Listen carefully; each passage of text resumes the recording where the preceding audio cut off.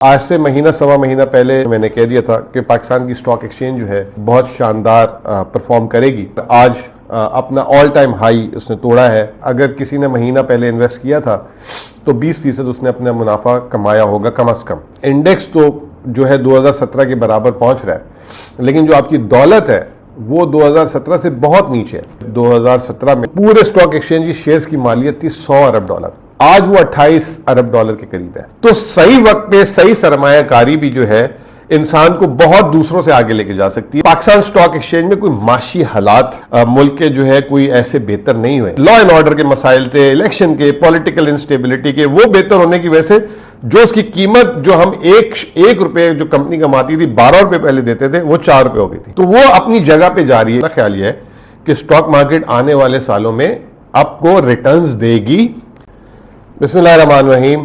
सबसे पहले तो पेशगी माजरत, मौसम तब्दील हो रहा है तो मैं थोड़ा एलर्जिक हूँ, तो मुझे थोड़ा सा फ्लू है।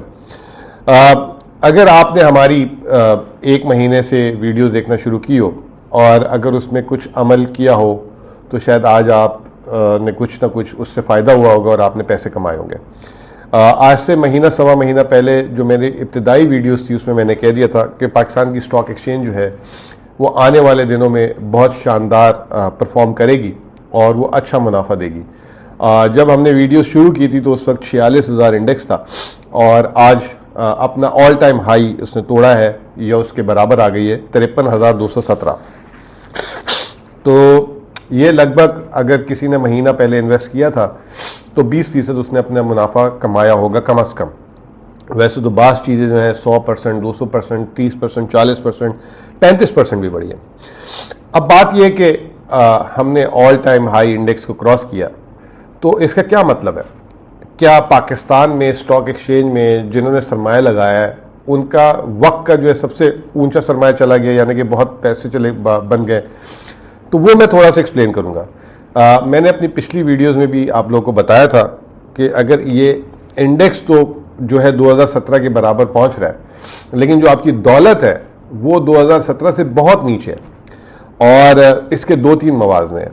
एक मवाजना ये है कि जब 2017 में आपका 53,000 इंडेक्स था तो पूरे स्टॉक एक्सचेंज की शेयर्स की मालियत थी 100 अरब डॉलर, आज वो 28 अरब डॉलर के करीब है।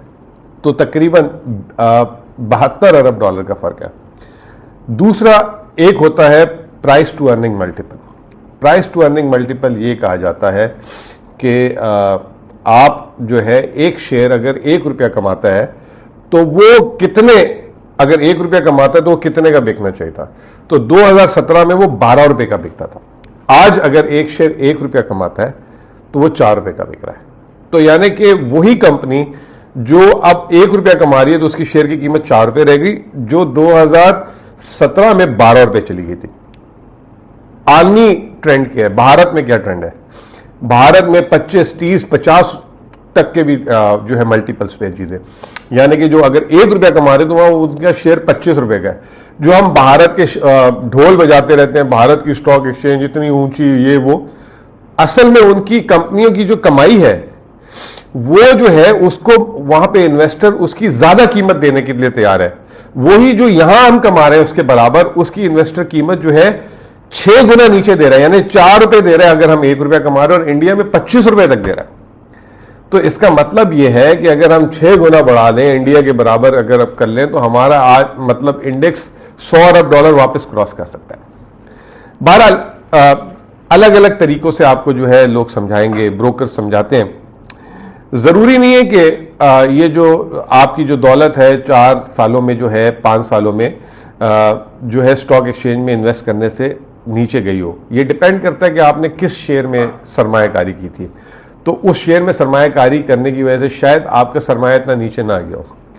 मैं आपको छोटी सी मिसाल देता हूं। एक शेयर है हब पावर, वो जो है 2017 से आज भी उसकी कीमत ऊपर है और उसने जो मुनाफा दिया। इसी तरह से एक शेयर है एंग्रो फर्टिलाइजर, उस शेयर की कीमत भी बहुत ऊपर है।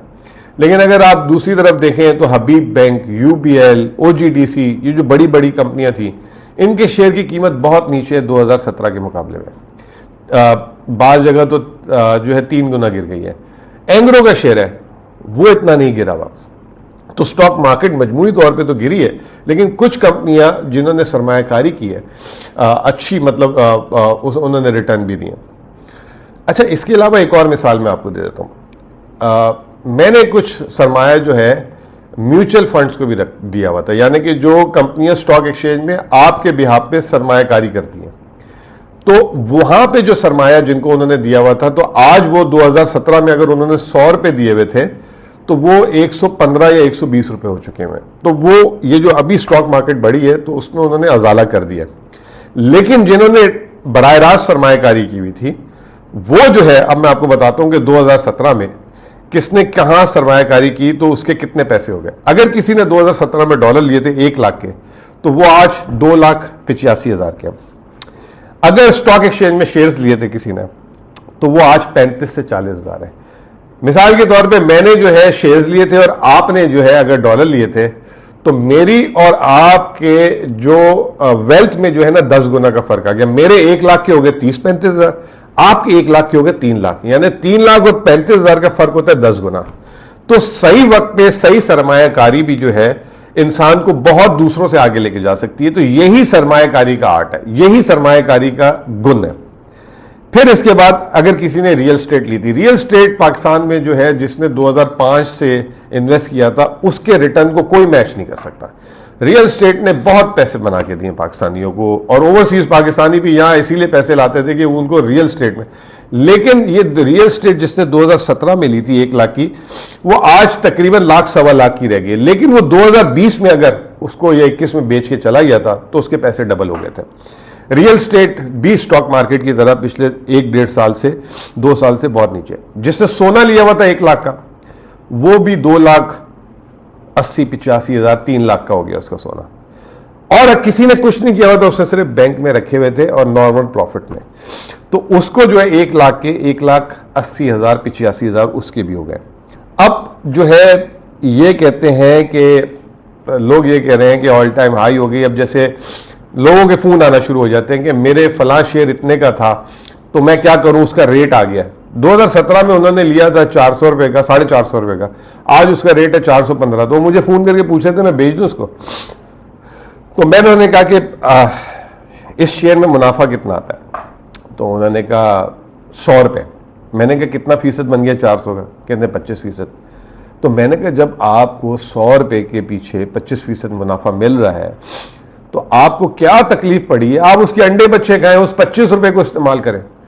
तो आज भी स्टॉक मार्केट में ये अभी भी जो है बहुत सारी चीजें ऐसी हैं जो लेके ट्रेडिंग करे नहीं, अगर बंदा सिर्फ रख ले तो उसके मुनाफे ऐसे हैं कि वो आपको जो है आपके आने वाले दिनों में महंगाई से ज्यादा आपको मुनाफा देगा। तो आप उसमें से कुछ हिस्सा महंगाई के बराबर अगर जमा कर लें ताकि आपकी कुव्वत खरीद कम ना हो और बाकी खर्च भी कर सकते हैं।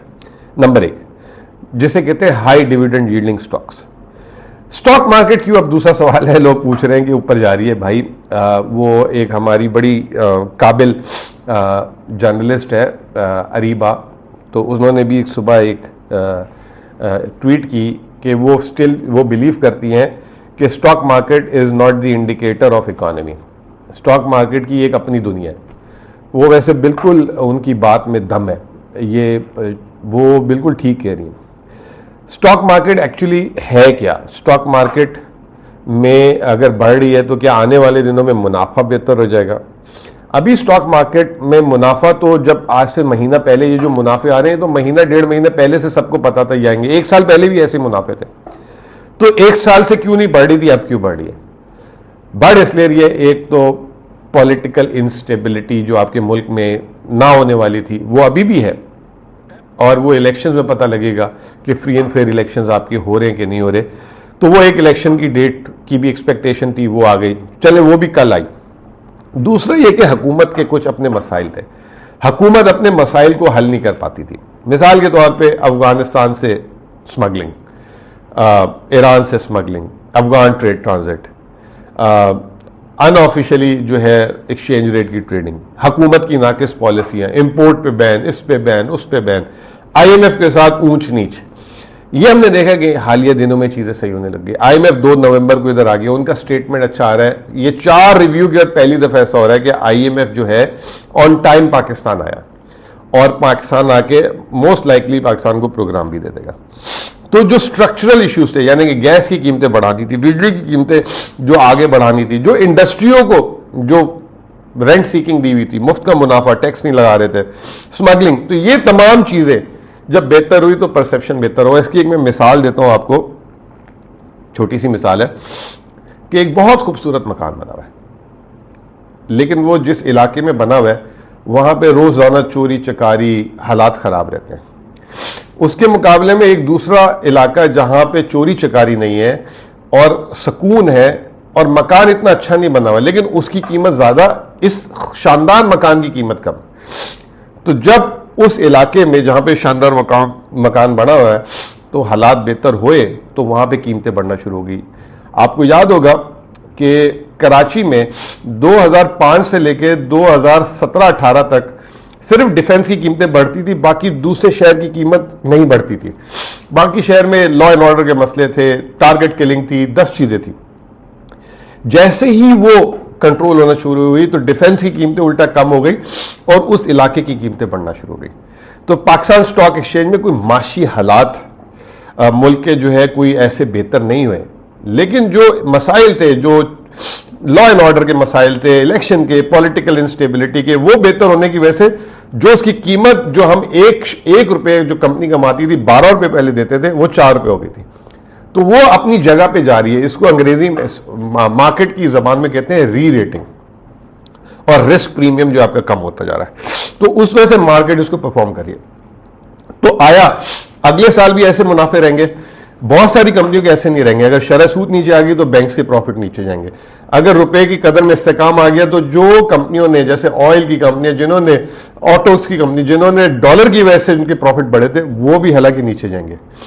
तो लेकिन इसका मतलब ये नहीं कि स्टॉक मार्केट यहां पीक हो गई है। मेरा अपना ख्याल यह है कि स्टॉक मार्केट आने वाले सालों में आपको रिटर्न्स देगी और इसकी डाउनसाइड लिमिटेड होगी, अनलेस के कोई मुल्क में, अच्छा ये भी मैं आपको बता दूं कि खुदा ना खासा मुल्क में इंस्टेबिलिटी हो जाए, दुनिया में जंग छिड़ जाए, कुछ और हो जाए, वो फैक्टर्स अलग है, उसको आप ये इसको कहते हैं रिस्क फैक्टर्स। तो रिस्क कुछ भी हो सकता है मार्केट में। आखिरी में लोग ये पूछ रहे थे कि फिर रियल एस्टेट का क्या होगा और कहां पे इन्वेस्ट करें। देखिए, रियल एस्टेट जो है ना हमेशा कैचअप करती है आपकी डीवैल्यूएशन को। अभी जो आपकी डीवैल्यूएशन तकरीबन 80% की हो गई हुई है, वो रियल एस्टेट ने कैप्चर नहीं की, वो लेकिन करती है साल, 2 साल, 2.5 साल में। तो एट सम पॉइंट जब शरह सूद नीचे आना शुरू हो जाएगी और रुपया स्टेबल रहा तो रियल स्टेट भी आपकी परफॉर्म करने लग जाएगी। तो जो लोग रियल स्टेट में इन्वेस्ट करते हैं तो वो बेदिल ना हो, उनको भी उनकी प्राइस मिल जाएगी, लेकिन टाइम लगेगा। और पाकिस्तान एक बढ़ता हुआ मुल्क है, आबादी बढ़ रही है, दुनिया की 5वीं बड़ी आबादी है। तो यहां पे at the end of the day real estate की डिमांड तो रहनी ही रहनी है। ऐसा नहीं है कि जो है डिमांड नहीं रहेगी। तो आखिरी में एक बात यह है कि लोग कह रहे थे कि दुनिया में तो स्टॉक्स मार्केट नीचे जा रही हैं क्योंकि हालात अच्छे नहीं है, स्लो डाउन है अमेरिका में, यूरोप में, अभी ये जो गाजा वाला मसला है। देखिए, पाकिस्तान डीकपल हो चुका हुआ है। वैसे ही दुनिया की मार्केट जब बढ़ रही थी कोविड के बाद, हम नीचे जा रहे थे। और इस वक्त हमारे मुल्क में फॉरेनर का जो स्टॉक मार्केट में एक्सपोजर, वो तारीख की सबसे कम तरीन सतह में है। अगर दुनिया में टर्मोइल होता है तो यूजली फॉरेनर जो है अपना सरमाया मुल्कों से निकाल के अपने मुल्क ले जाता है। तो पाकिस्तान से वो पहले ही सरमाया लेके जा चुका है। तो मुझे नहीं लगता कि एक कोई फॉरेन बेस्ड सेलिंग आएगी। और जो मैंने अभी आपको हालात बताए कि फंडामेंटली हम पॉलिसी करेक्शन कर रहे हैं, हम स्ट्रक्चरल अपने इश्यूज को जो है देख रहे हैं। अगर इलेक्शन हो जाते हैं, सही गवर्नमेंट आ जाती है और हम अगर अपने खसारों को कंट्रोल कर सकते हैं तो पाकिस्तान में मैं समझता हूं तकरीबन हर एसेट क्लास परफॉर्म करेगा। बहुत बहुत शुक्रिया।